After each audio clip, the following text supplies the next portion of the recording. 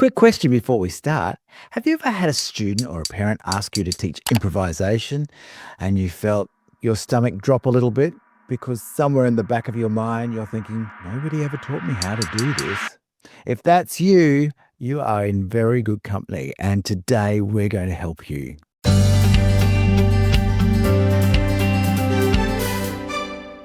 Hello and welcome back to the podcast. I'm Gillian. And I'm Paul. Today's episode is all about teaching improvisation and specifically how to get a complete beginner creating music from their very first lesson. No theory degree required, no training, just a backing track and a few good ideas. And we've got a complimentary download of the teacher accompaniment activity. And if you're a studio member, we have a link to the beautiful backing track and teacher guide. And check the show notes. And while you're there, press subscribe so the platform knows to share this with other piano teachers from around the world. Well, we've all got a video to show you a little bit later where Paul takes his adult student through this exact approach. And that is just amazing because adult students, they feel so kind of like shy. And I think this is a way of really giving them some agency over their music and they don't feel so, oh, I should have been doing this when I was 6. Or, like they want to do this as a long held dream, but I think they feel quite cool when they can do this activity. This was a first lesson activity as well. Yeah, exactly. So, Paul, you've actually done a little bit of research about whether this is a good idea for beginners or not, or what teachers are really wanting help with. Can you talk about that? So I've just finished my master's thesis and I surveyed a couple of hundred piano teachers and interviewed 20 of them. And there were two findings that really stood out in relation to improvisation. The first is that around 3/4 of the teachers I surveyed said they had never or almost never improvised when they were learning piano themselves. Now, I don't know about you, Gillian. Did you improvise very much when you were a kid? No, no. The only thing I did that was a bit more not like a sight, because you had to play the dots and you didn't play anything up the dots, right? Was when playing pop songs and I started to sort of have to make up my own accompaniments. But yeah, it's not really improvising, but it was just moving away from the dots. But not improvising. I thought that was really for cool jazz dudes. Exactly. Well, I never did until, especially when I was playing French horn it was my first instrument as a child. I got into so much trouble when I did that I never did it again.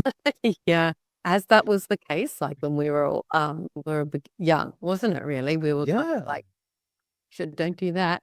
Yeah, if you strayed, you never did again. That's right. And most teachers grew up reading first, and it was sort of notation always and classical repertoire. I bet you didn't play much of that pop music with your teacher. I bet you were learning it by yourself. Yeah, it depended. Not the first teacher, but my second teacher. Yeah, when I was heading into, she did do that. So I think that probably is what kept me going, really. That was lucky, yeah. So the second part of that thesis was that I asked teachers what they wanted help with, and improvisation came out on top. It was higher than everything else. More than 9 out of 10 teachers wanted support in teaching improvisation. I think the hardest thing with this is getting started. I was just speaking to Mark Matthews, who is going to be our studio guest in July at Masterclass, because he does a fabulous way of getting started with blues and that kind of thing. And he's going to be teaching at our studio. He's our guest and teaching our studio members in July. But I think it's getting started. I think that's like, ooh, where do I get started? I don't really feel very comfortable at this myself. And sometimes it's better not to do it, but I know I should be doing it. Well, I think a lot of us often suffer from is imposter syndrome. And, what if it falls flat, or even worse, you don't know what to do next. So it's, often challenging, and it's not a gap in you. It's a gap in how all of us were trained. And I still think some teachers still file improvisation under advanced. I don't have to bother about this until they're advanced. And then when they are advanced, you think, oh, how am I going to get there? Because this is all of these little steps that they probably need to do. And then I've got to take them back to kind of babyhood and they're not going to like it. And then it all just becomes too hard. And I think here's the thing, we heard this from Elisa Milne recently in the last podcast about her encouragement to just take tiny fragments of her pieces as a little nuggets and use those just to play. It doesn't have to be like, you don't have to think of Fats Waller right here. We're just starting to move away from the dots, starting to see what happens when we explore fragments. And I think that's a good lesson to remember. Especially for young beginners, creating and exploring is how musical understanding develops in the first place. And, there's actually some lovely research from Kosopoudou and Hargraves. I think Kosopoudou must be Greek, showing that improvisation activities actually improved creative thinking in 6-year-olds. That's got to be a good thing. Yeah. So, Well, this links back into what the previous podcast with Dr. Anita Collins was about executive function. Executive function in learning a musical instrument is not gained by reading dots on the thing and sitting there going and typing away at the piano.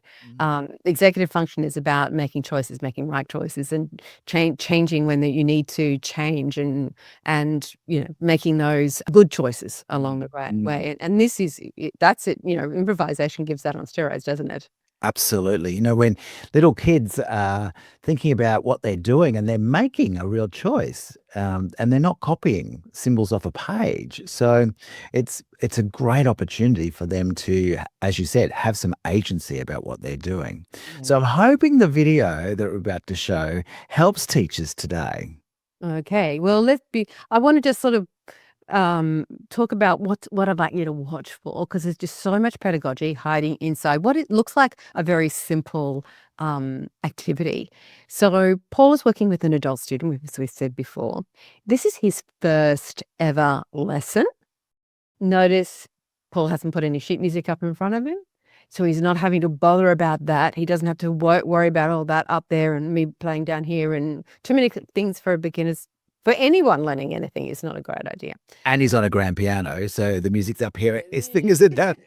Exactly. It's so hard. And there's no kind of right. If he makes a little mistake, I think it just keeps on going. And we don't talk about it. We just keep on going. And then just see how simple this activity is rolled out. Paul just starts the backing track. He plays a pattern, and there's just a question. Well, it's not really a question answer. It's just copy me, copy me, copy. It's a copy me game. Exactly. And, just watch the hands. We're laying off the thumb, so we don't have to worry about the thumb. We're just using those 4 fingers. So it's nice and easy. And it keeps the hands nice and relaxed, and it stops that beginner habit of scrunching up and getting carried away or worried about what they're doing, because it doesn't matter if they make a mistake. And you'll hear like him go like, oh, I made a mistake. It's like, doesn't matter. Doesn't matter. And the thing that's carrying the whole activity, of course, is the backing track. And Paul, this is the same magic that we talked about in the last episode with Amachia. If you got a track that's carrying the activity along, all you have to do is teach. You don't have to worry about trying to keep the rhythm and keep the beat and all the rest of it and keep the energy up.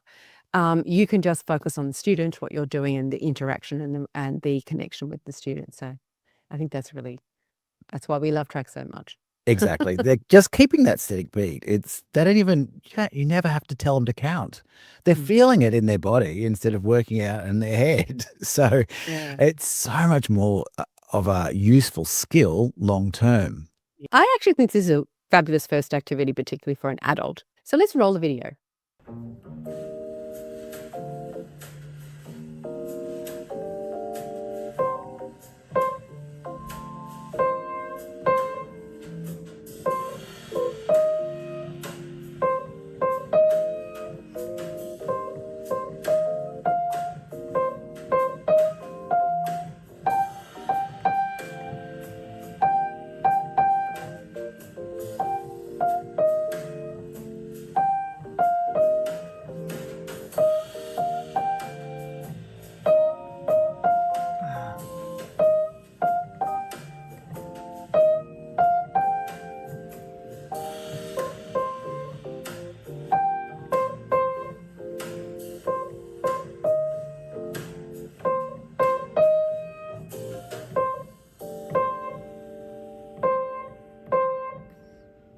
That's really good.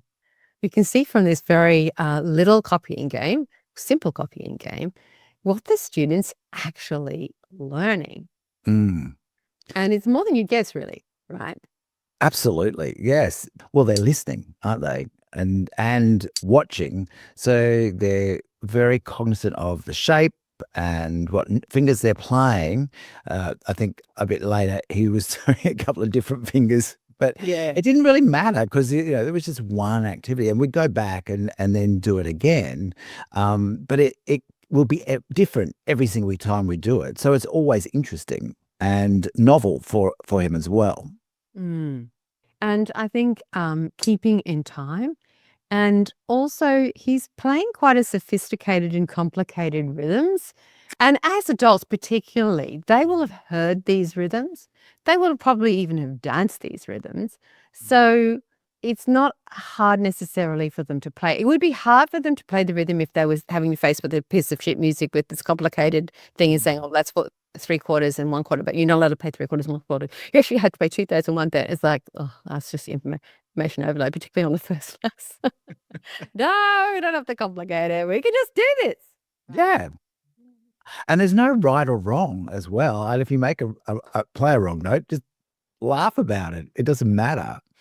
And I think that sort of reduces the pressure for people as well. So I know so many adults who they're so worried about making a mistake. Yeah, yeah. And I think they're building confidence. That he's building confidence with playing. You're only giving him one bar, really. Mm, So he's only has to remember that one bar, but mm, he is remembering the one bar. And he's thinking, oh, mm, I can do this. mm. Not too bad. I sound pretty cool. Exactly. And, we can extend that out to um, after he can then give me a bar and I'll copy him. And then we can start doing question and answer. And then I do the question, he does the answer. Then we're vice versa. There are so many options there to develop those skills. Well, I just started with 4 notes, but you could then extend to a few more notes as well. So it was really, really easy to do. You're using the blues scale. Yes, yes. And it sounds cool, doesn't it? Yeah, it does sound cool. Just a little tip for teachers who are going to try this activity. Please don't move to the student giving you the phrase too soon, because what you really need to do is give them a vocabulary of phrases, and that they've got to get used to that vocabulary of phrases before it can come out. So don't think you can do this in one lesson and then get them to do it. To you, it seems easy because you've had this vocabulary, that's taken a lifetime to learn, right? But for them, it's not. So do it for a few weeks, quite a few weeks, and making it longer and making it longer and longer. And then you can say, well, you could go back to one bar and then get them giving you one bar. Yes, Yes. exactly. Don't So that move was too just quick.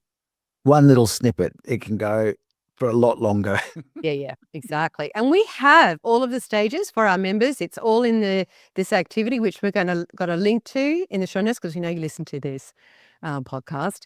And if you're you're at home and you like this activity and you'd like to do more of these sorts of activities, you can join the studio over at Piano Teaching Success.